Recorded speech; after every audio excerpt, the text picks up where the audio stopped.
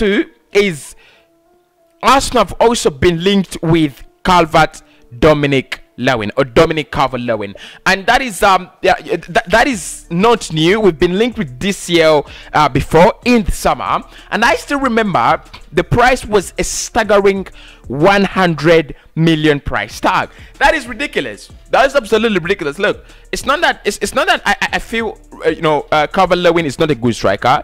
That is absolutely out of the picture. I adore him. I like him. I've never liked his build. I've never liked his game as a person. I feel like he's more of an aerial striker rather than being all-round striker. He's more like an Olivier Giroud, but of course not typically an Olivier Giroud, not to that extent. He uses his feet though well, and he runs a lot on the pitch, and I really do like his hard work. But let's think about Calvert-Lewin. If you're gonna pay for Calvert-Lewin, it's gonna be between 100 million, okay, let's say 70 to 100 million. That is a lot of money.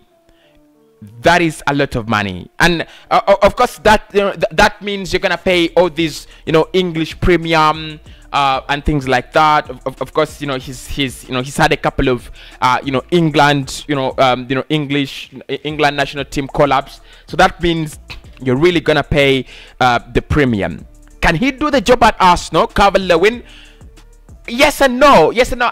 Look, when I look at him playing for Everton, and especially without him, they struggle, right? They struggle. He gets most of his goals. Most of their goals for Everton, plus Richardson. Last season, he recorded amazing figures. Amazing figures, and this season he had absolutely started very well until he got injured. But I'm still skeptical about players like Calvert, Dominick, Lewin.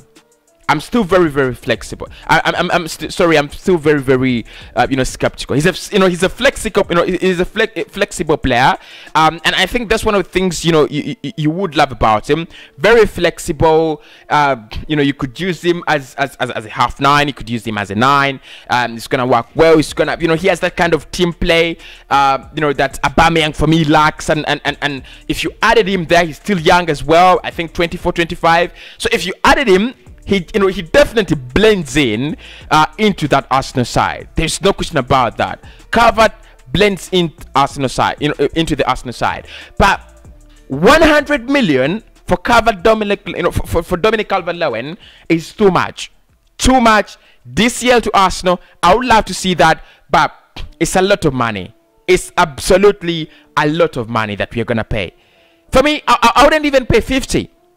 I wouldn't even pay 50 million for DCL. The maximum I would pay for DCL would be around 35 million, 40 million. And Everton are not going to allow that, because if they're looking at it and they'll be like, we have one of the best English strikers in the world.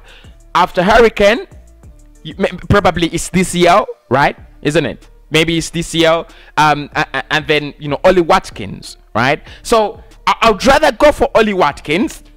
Actually, for me, this is the time that Arsenal could go for Ollie Watkins. With Aston Villa signing Danny Ings, and I'm looking at Ollie Watkins as struggling with the presence of Danny Ings. You remember last season, Ollie Watkins, of course, he started this season injured, and it's one thing that he could use as an excuse, but he's no longer that comfortable like he was, because all the attention, apart from Jack Grealish, all the attention last season was, was to find the intention at Aston Villa was to find the feet of the boots of Ollie Watkins. It's no longer happening, obviously because of reasons that we know. The introduction of Danny Ings. So for me, this is the time you go out there and fish Ollie Watkins. I would take Ollie Watkins. I think he's a ball player. I think he's a better ball player than Calvert-Lewin. But Lewin is also a good striker. Don't get me wrong. But the price tag, 40 to 100 million, in between there, I'm not paying that. I'm not paying for that for Calvert-Lewin. I think we could move on. Right, we could move on to our options.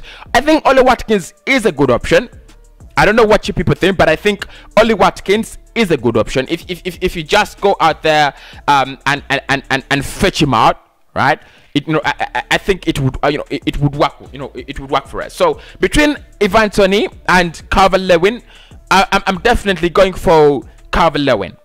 Sorry, I'm definitely going for Ivan Toney. I'm dropping Calvert Lewin. I'm dropping Dominick Calvert Lewin. And I know many people on this channel do love DCL. Many people feel like DCL should be the striker. But if you're looking for a reliable source of goals, if you're looking for a complete striker, for me, I just feel like the debate then should be between Ivan Toney, DCL, and Ollie Watkins. I think Arsenal should stretch their eyes to that extent. We should be looking at least we should be trying to get Ollie Watkins. It's not going to be very easy to get him from Aston Villa. It could cost us around 49 million or 50 million. But you know what? For Ollie Watkins, I could pay. I could be tempted to pay.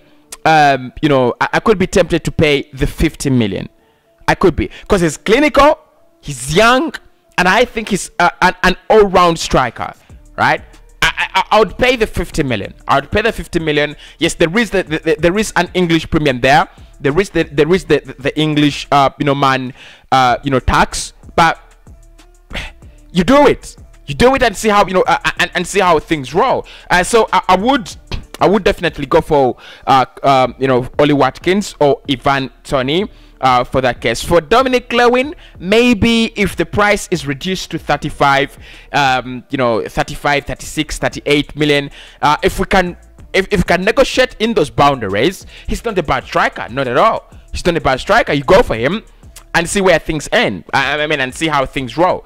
So I would definitely go for a Calvert if the money is low. But if his money is still up there in the air, then the best thing for me to do is go and get the likes of Ollie Watkins and develop themselves, develop them yourselves. Get the likes of Ivan Toney. I think Brentford would. I don't think Brentford would say no to money. I don't think they would say no. They would definitely take. They would definitely take that money. They would definitely take it. Now, still talking about strikers.